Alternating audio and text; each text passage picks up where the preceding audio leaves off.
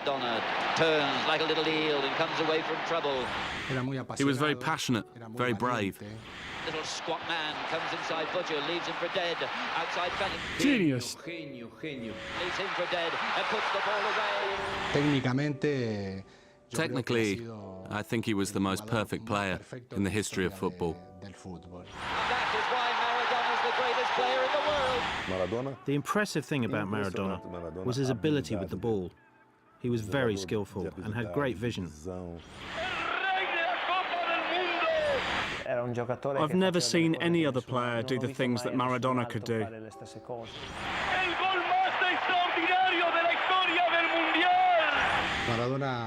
Maradona defines Argentina, just like Gardel, Evita, Che Guevara. He's a legend.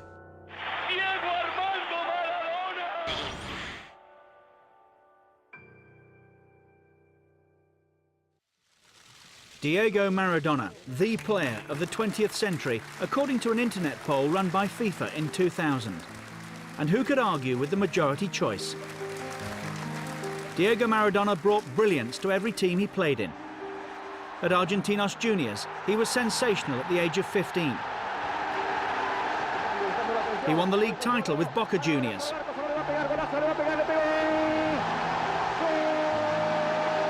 He was undoubtedly Argentina's greatest ever player. He won 3 cups with Barcelona before moving to Italy, where he transformed Napoli into a title-winning side.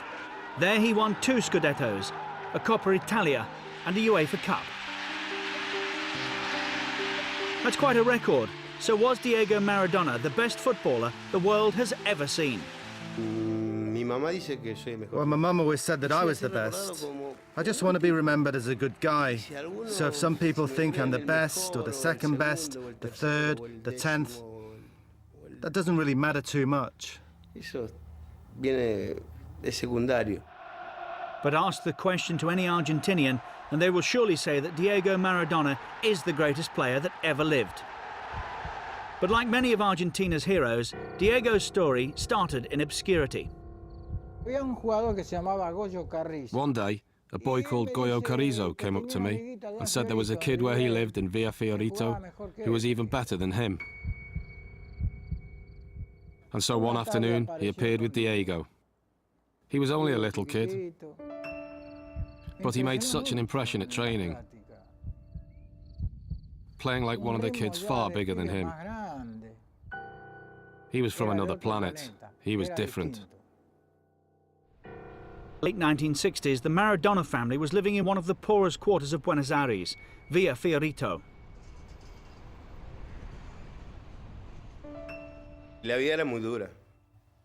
Life was very hard. There were 8 mouths to feed, and the only one working was my dad. My sisters were studying because Dad didn't want them to work, and he had to feed us. We always made ends meet by the end of the month, but things were very tight. Life was tough in Villa Fiorito, but the family still managed to encourage the talent that their son had. Diego was taken at the age of 8 to see Francisco Cornejo, one of the coaches of the youth scheme at Argentinos Juniors, who couldn't believe that this was a mere 8-year-old that he was watching. Diego changed when he stepped onto a football pitch. He felt the game so much. I went for a trial at Argentinos Juniors, where we trained in the Parque Sabrera. And in the first session, I did pretty well. Scored a couple of goals. Enjoyed myself. But Diego wasn't allowed to be a child for long.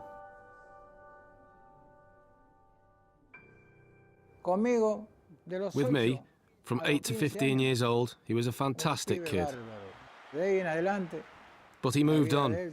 His life and achievements reached another level. He became famous, and my part in his story was done.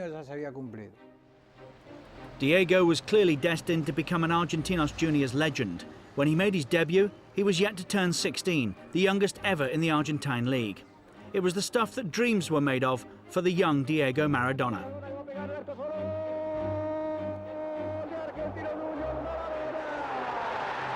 A los 15 yo debuto y ahí empieza I made my debut at 15, and that's when the dream started. I would dream about playing for the big teams, buying a house for my mum, buying cars, and being able to play for Boca, play for the national team. It was all a dream that myself and my friends had back then, but thought it was impossible. So in that moment, when I made my debut for the first team, then all of that became a little bit closer.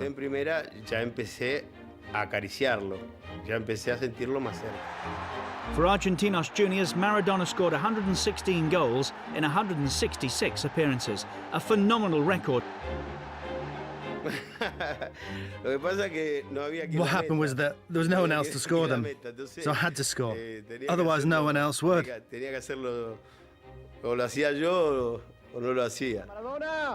El Diego was the kid that everyone wanted to see around Buenos Aires, and by the age of 16 he'd made his international debut.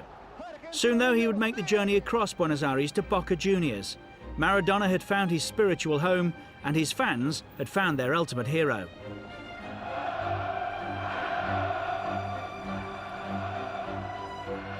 It's just a feeling that you can't explain. Maradona, the £1 million teenager, made an impact that Boca Juniors would never forget.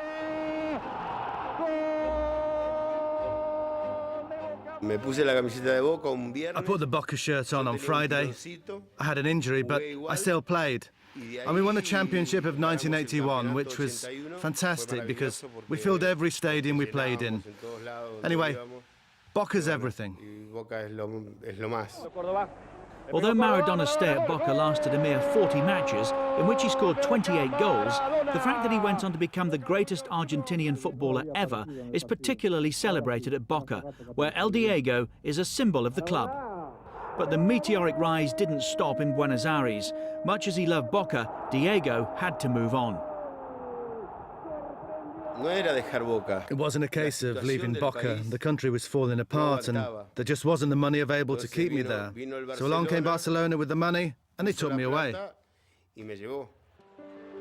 Before he could join Barcelona, there was the small matter of the 1982 World Cup in Spain.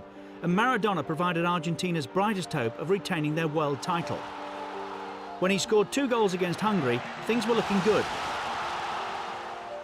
Then came Brazil in the second group phase. But that World Cup ended in frustration for Argentina, and especially for Diego, who was sent off. But as Maradona walked, the world knew that it wouldn't be long before he was the star of the Spanish football fields once again. Barcelona had already paid $5 million for the 21-year-old, making Maradona the most expensive football player ever.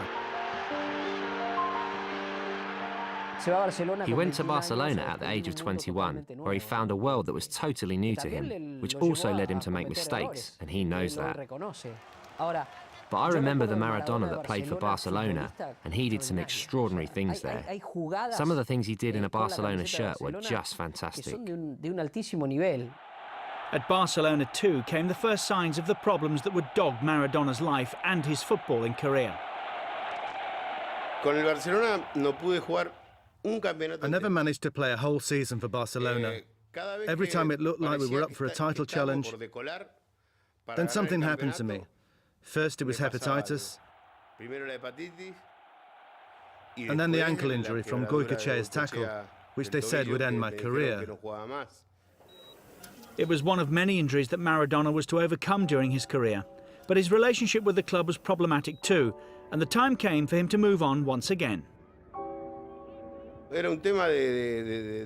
was all about the president. I never got on well with Núñez.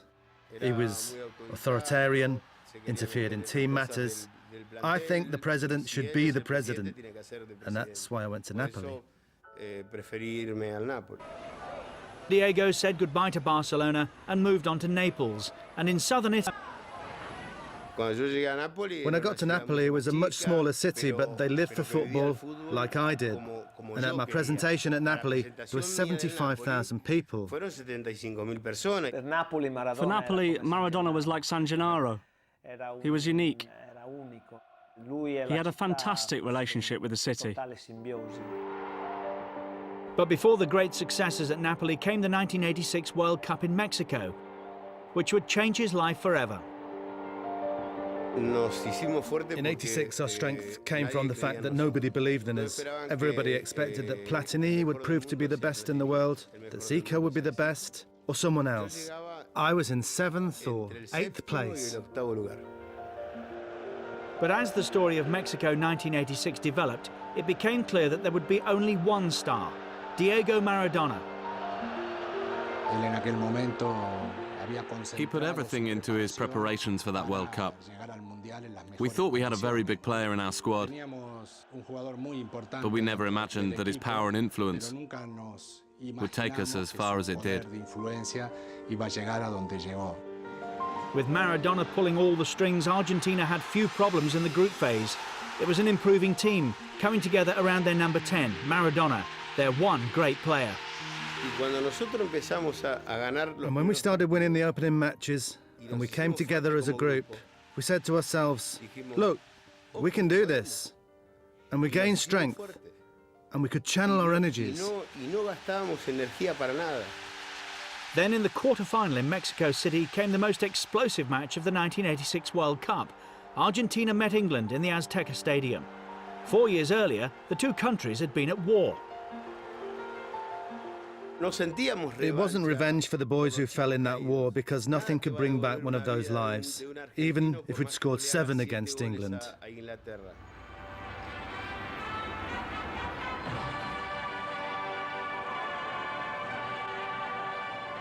I think that the players were motivated by the chance to prove themselves face to face and with the same weapons, superior to England on a football pitch.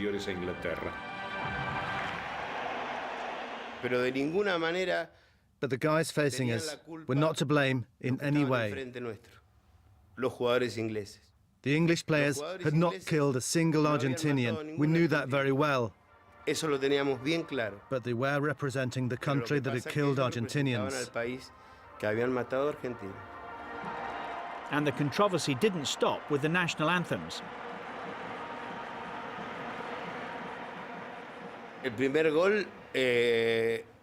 I stole the first goal like a thief. Like I'd stolen their wallets. It was perhaps the most controversial goal of all time. This is how it went for the man who scored it.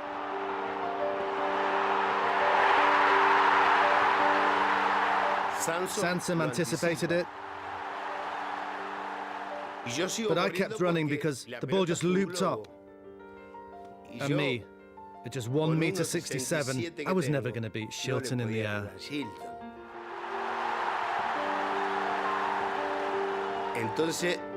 So I put my fist up, and I put my head just behind, and Shilton came out with 2 hands.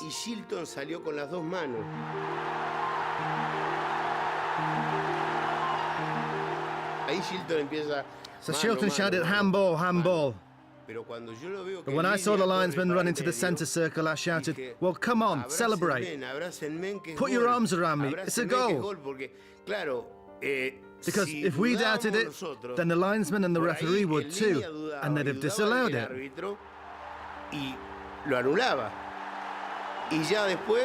So afterwards, all the English came up to me, wanting me to admit that it was handball, but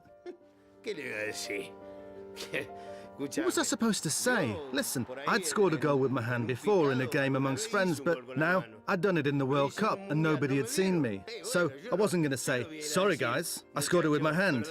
No, what could I say? Handball? Or as Maradona put it, the hand of God. No doubt though about the second goal.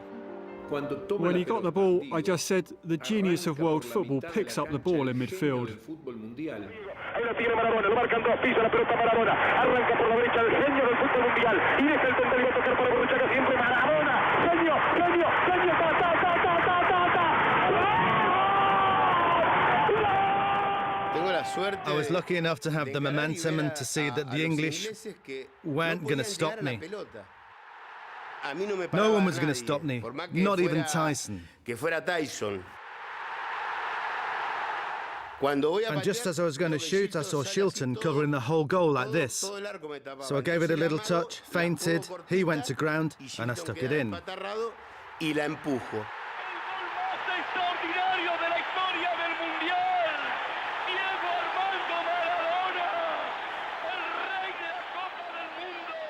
That moment had a great symbolic value for us. And Maradona was transformed into this great patriotic leader, comparable to the national heroes of our independence.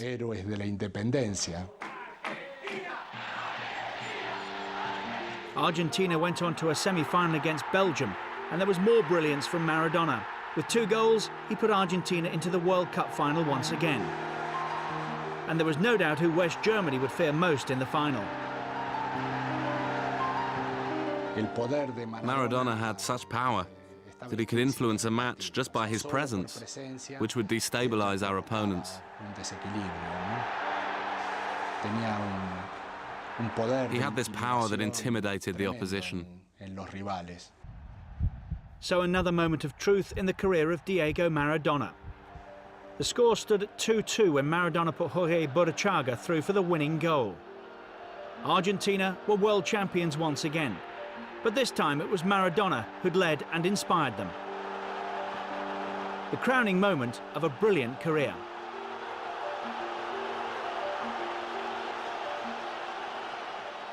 It's a unique feeling. As a footballer, you can have a lot of cups in your hands, but to have the World Cup is something that every player dreams of.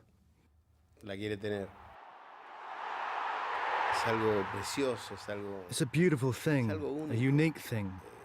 It's beautiful. 1986, the year when the World Cup was decided more than any other by the presence of one man, Diego Maradona.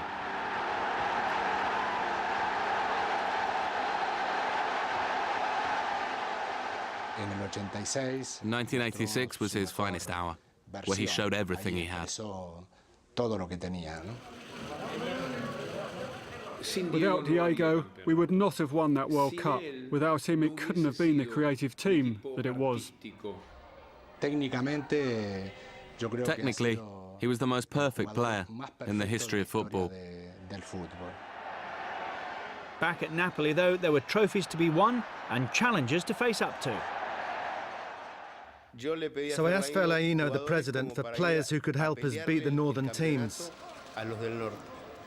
So I chose the players and made us stronger. And at that point, I started to raise the flag for the south of Italy. Juventus came down and we won 1-0 and sent the old lady away. Milan came down with Sacchi and we won 3-1. And when we won our first Scudetto, they said, "What's going on?" We won the UEFA Cup, a Coppa Italia. We won a lot of things at Napoli. It was a situation that suited Maradona perfectly. He was the hero of Napoli. For the fans and Maradona, it wasn't just a game of football. It was a way of correcting an injustice from the rest of Italy. And so they felt a lot for him, and they were very proud of their team back then. That love for Maradona would be tested when the World Cup came to Italy in 1990. Victories against Brazil and Yugoslavia put Argentina through to a semi-final against Italy, which was played in Naples. Maradona wanted the Neapolitans to expose the north-south divide and support Maradona's Argentina ahead of Italy. When we came up against the Italians, as captain of Argentina, I said that the Italians would ask for the support of the people of Napoli for one day, and for the other 364 days, they'll call us Africans. And they went mad. They just went loco. For the Neapolitans, Maradona wasn't an Argentinian. He was one of them, so that caused a few problems. Who knows whether the mind games unbalanced the Italians, but as controversy raged, Maradona was calm enough to score a crucial penalty in the shootout that put Argentina into the final.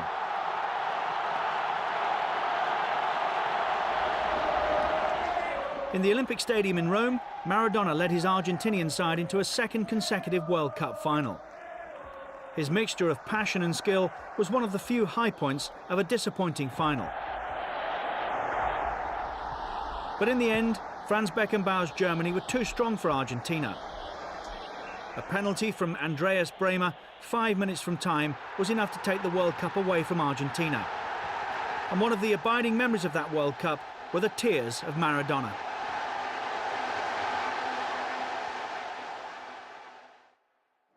But far worse was to come.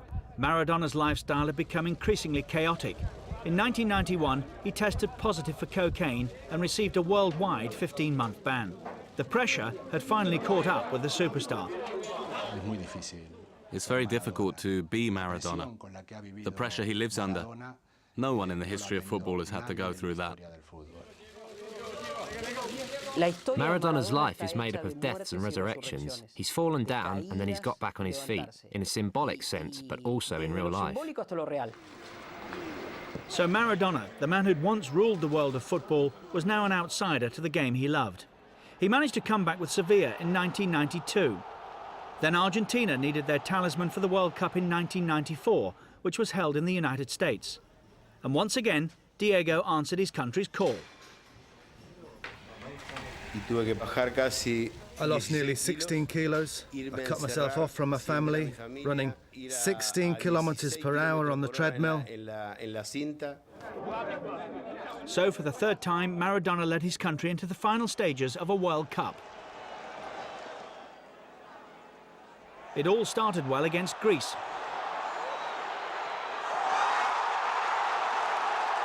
But was everything really so well with Maradona? The celebrations didn't last long. Before the group stage was out, he tested positive for ephedrine, a banned substance, and Maradona was sent home. They treated me very brutally, but, well, that was it. I had to pay. So I took the responsibility, and all those sacrifices came to nothing. But I think that if that hadn't happened in the 1994 World Cup, then we would have been world champions. Maradona did return to Boca for a short spell, where he was given a hero's welcome, but his playing days were coming to an end.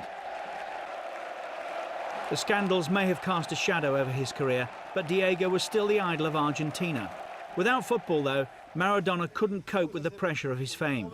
His sporadic addictions to drugs and alcohol took their toll, and the hero of Argentina nearly died in a Buenos Aires hospital in 2001. I'd reached rock bottom. I nearly died. I was at the lowest point a man could fall to. Dalma and Janina saved me. Dalma, because she told me when I was in a terminal coma that Janina had said that I had to live for her.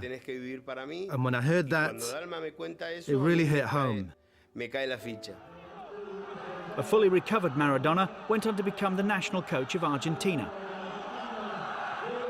I reinvented myself as a man. I came off drugs, and now I'm the national team manager. You can't ask for more than that in life. And I think that God has given me another chance, which I've got to take. The life of Diego Maradona. As a child, he was plucked from obscurity. He went on to become arguably the best ever. An extraordinary life that was made possible by an even more extraordinary talent.